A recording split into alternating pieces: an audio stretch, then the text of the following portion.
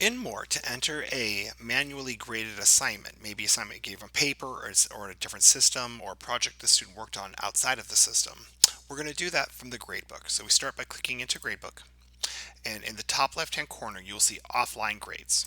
We click that, and now you can choose add if it's a new grade, a new assignment that is not already in the gradebook, or manage if you've already entered it and maybe you need to change scores, or you've rolled it in from a previous semester, such as maybe a project that you do every time you teach the course.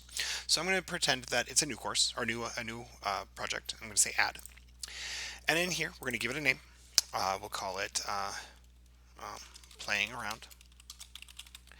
It is worth 50 points, 250 points. Let's go with 50 points.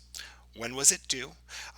Sorry, excuse me, when would you like the students to be able to see the grade? So if you're putting it ahead of time, maybe you don't want them to see it until after they take the test. Give yourself a week to grade it, something of that nature.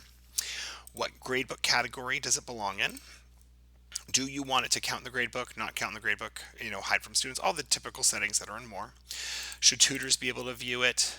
Is there a scoring rubric that you're going to be using? Um, if you're going to upload grades, then this is how you would do it from a separate file. We're not going to cover that in this video. Um, and I'll kind of leave the rest to, this is a little more advanced, so we're going to kind of skip this. This is the typical settings that you would worry about, is these very top ones. Then down below, I only have one student, so it looks a little unexciting, but you can see here, this is where the list of students would begin. So you're able to then type in the grade.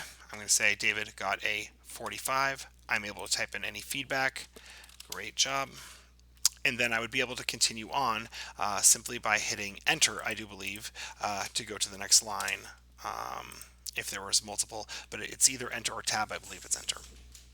So, and you do see down here, if there is a student who needs to be excused, you can put an X and that will excuse them. All right, I hope this helps. So now I can hit submit, and this playing around grade should now be in my gradebook somewhere, wherever it may be. Let's find it. There it is, playing around. And you can see David got a 45, and he has the star, which means that there was feedback given. All right, hope this helps.